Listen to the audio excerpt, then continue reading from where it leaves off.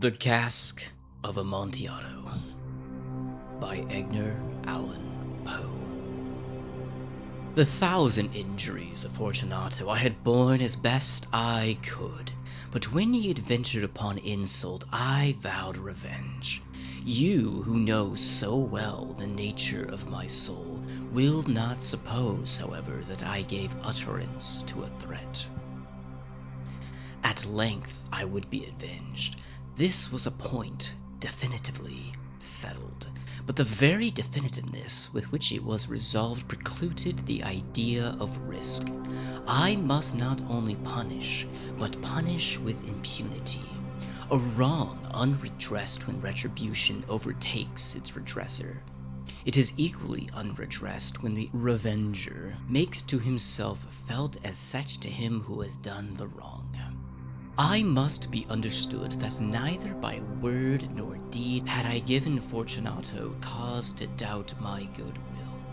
I continued, as was my wont, to face his smile, and he did not perceive that my smile now was the thought of his immolation.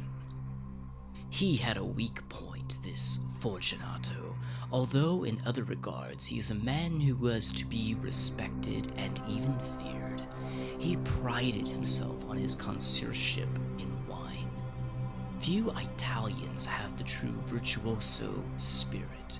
For the most part, their enthusiasm is adopted to suit the time and opportunity to practice imposture upon the British and Austrian millionaires. In painting and gaminery, Fortunato, like his countrymen, was a quack, but in the matter of old wines he was sincere. In this respect, I did not differ from him materially. I was skillful in the Italian vintages myself, and bought largely whenever I could.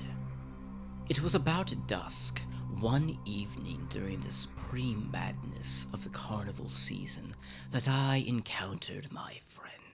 He accosted me with excessive warmth, for he had been drinking much. The man wore motley.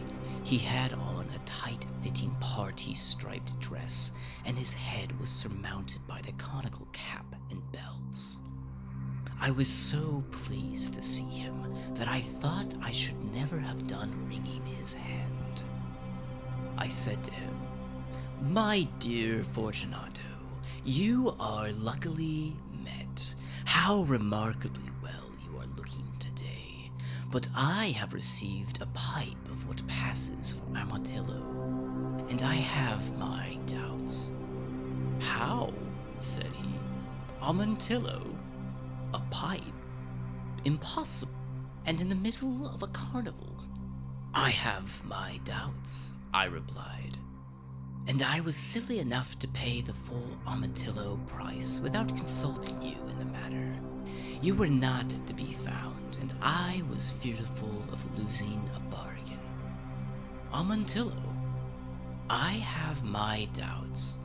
Amontillado, and I must satisfy them. Amontillado. As you are engaged, I am on my way to Lucrece. If anyone has a critical turn, it is he. He will tell me. Lucrece cannot tell Amontillado from sherry. And yet some fools will have it that his taste is as match for your own. Come, let us go." "Whither?" "To your vaults." "My friend, no. I will not impose upon your good nature. I perceive you have an engagement. Lucrece, I have no engagement. Come." "My friend, no. It is not the engagement, but the severe cold with which I perceived you are afflicted. The vaults are insufferably damp. They are encrusted with nitre. Come, let us go nevertheless. The cold is merely nothing. Amontillado, you have been imposed upon, and as for Lucrece, he cannot distinguish sherry from Amontillado." Thus speaking, Fortunato possessed himself of my arm, and putting on a mask of black silk and drawing a reliquary closely about my person, I suffered him to hurry with me to my palazzo. There were no attendants at home. They had absconded to make merry in honor of the time. I had told them that I should not return until the morning, and had given them explicit orders not to stir from the house. These orders were sufficient, I well knew, to ensure their immediate disappearance, one and all, as soon as my back was turned. I took from their sconces 2 flambeaux, giving one to Fortunato, bowed him through several suites of rooms to the archway that led into the vaults. I passed down a long and winding staircase, requesting him to be as cautious as he followed. We came at length to the foot of the descent and stood together upon the damp grounds of the catacombs of the Montresors. The gait of my friend was unsteady, and the bells upon his cap jingled as he strode. "The pipe," he said. "It is farther on," said I, "but observe the white web work which gleams from these cavern walls." He turned towards me and looked into my eyes with 2 filmy orbs that distilled the rheum of intoxication. "Niter?" he asked at length. "Niter," I replied. "How long have you had that cough?"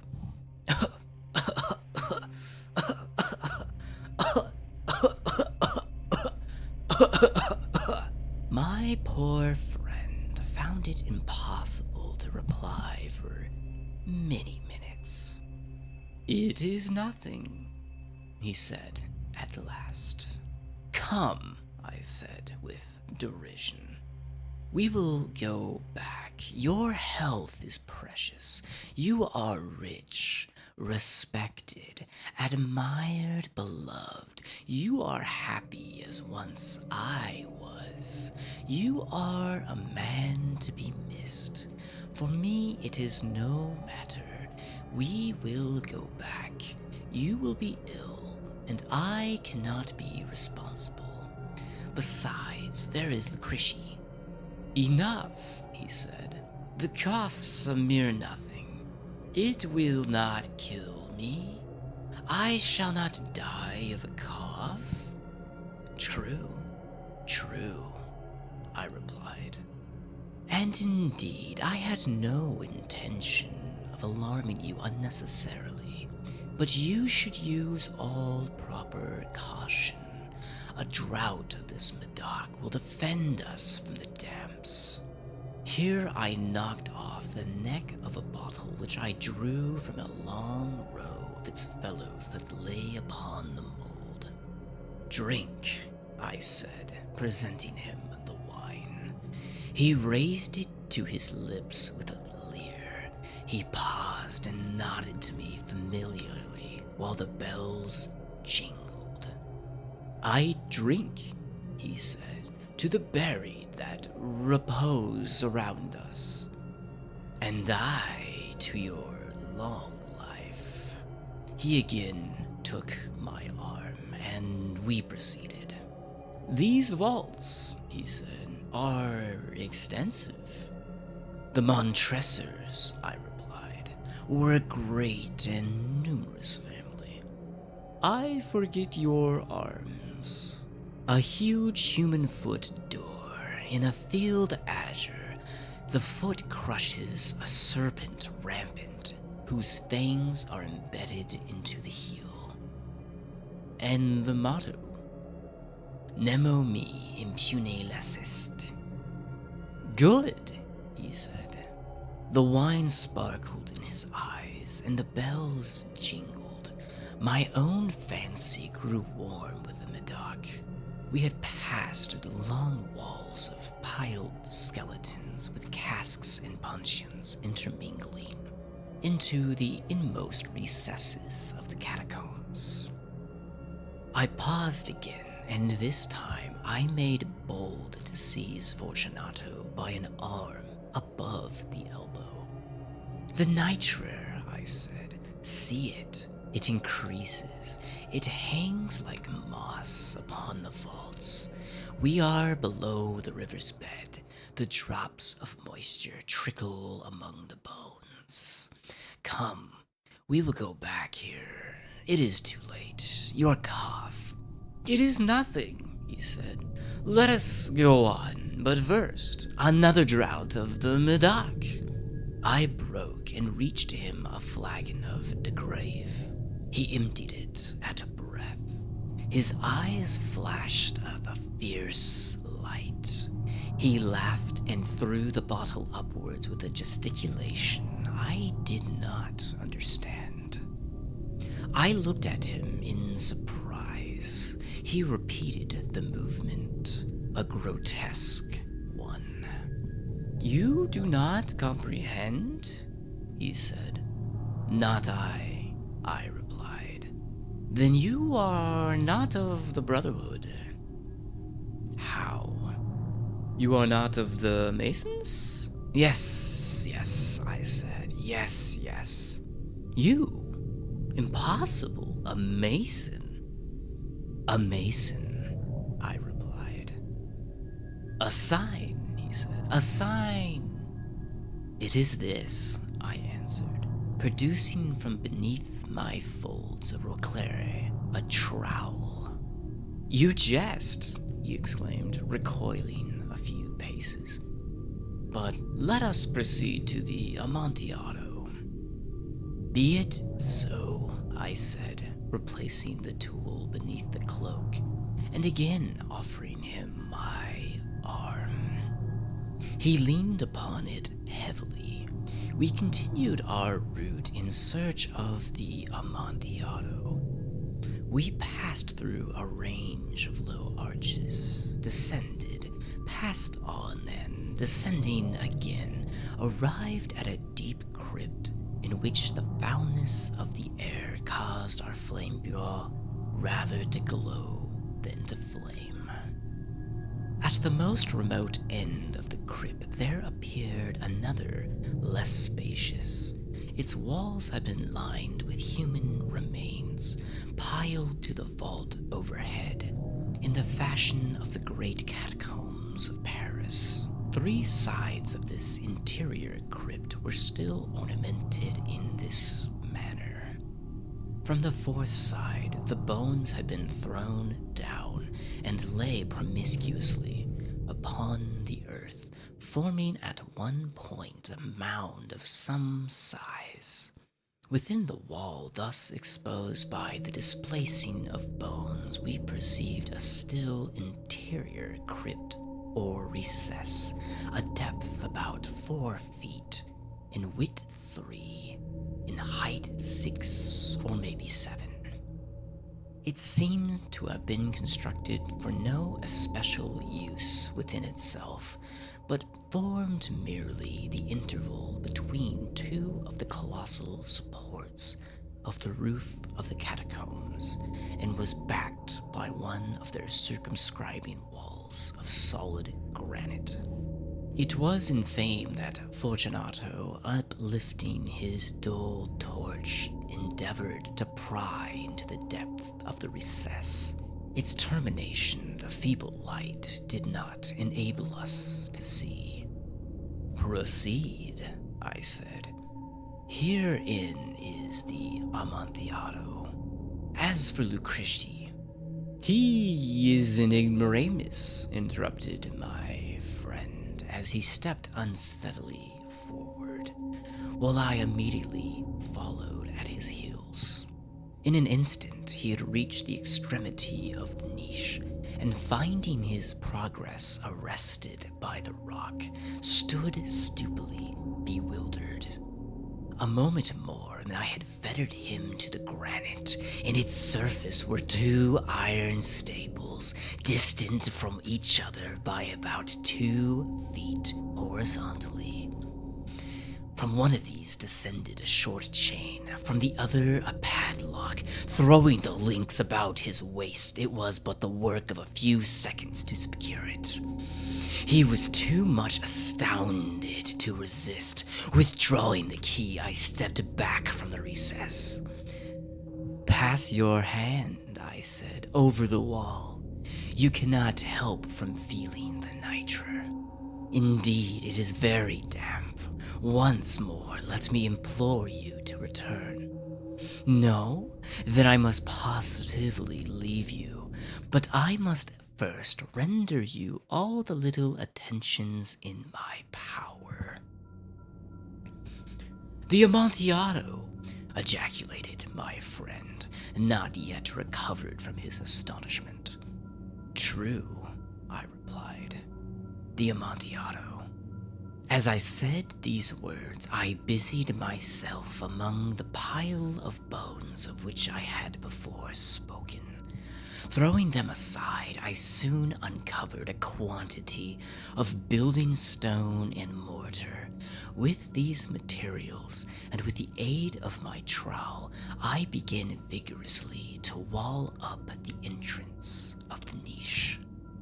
I had scarcely laid the first tier of the masonry when I had discovered the intoxication of Fortunato had in a great measure worn off. The earliest indication I had of this was a low, moaning cry from the depth of the recess. It was not the cry of a drunken man. There was then a long and obstinate silence. I laid the second tier, and the third, and the fourth, and then I heard the furious vibrations of the chain. The noise lasted for several minutes, during which, that I might hearken to it with more satisfaction, I ceased my labors and sat down upon the bones.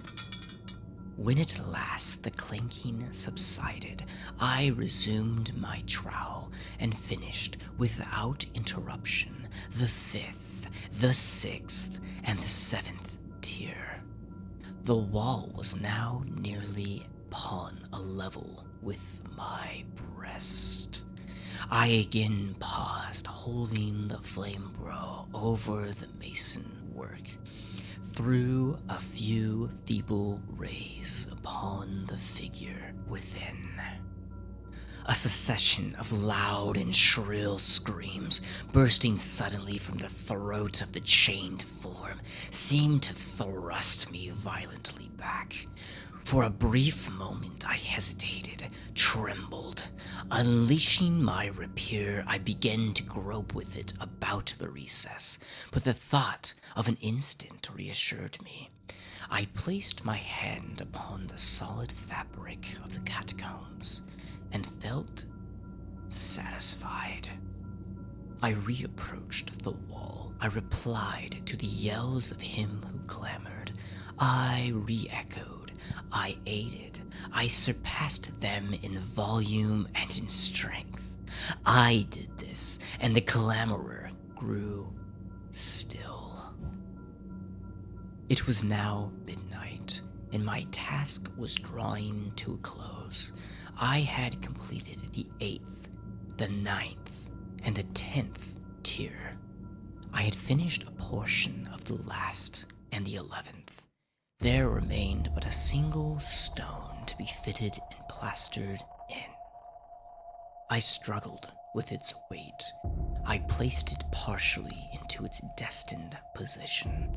But now there came from the niche a low laugh that erected the hairs upon my head.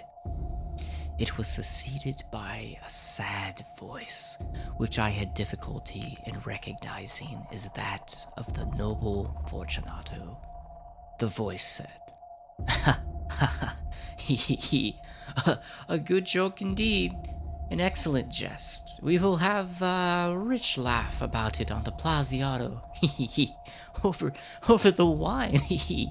The Amontillado," I said. Yes, the Amontillado. But is it not getting late? Will not they be waiting us in the Plazio? The Lady Fortunato and the rest. Let us be gone. Yes, I said. Let us be gone. For the love of God, Montresor. Yes, I said. For the love of God. But to these words I hearkened in vain for a reply. I grew impatient. I called aloud, Fortunato! But no answer. I called again, Fortunato! No answer still. I thrust a torch through the remaining aperture and let it fall within. There came forth in return only a jingling of the bells. My heart grew sick. It was the dampness of the catacombs that made it so. I hastened to make an end of my labor. I forced the last stone into its position. I plastered it up. Against the new masonry, I re-erected the old rampart of bones. For the half-century, no mortal has disturbed them. In paz resecat.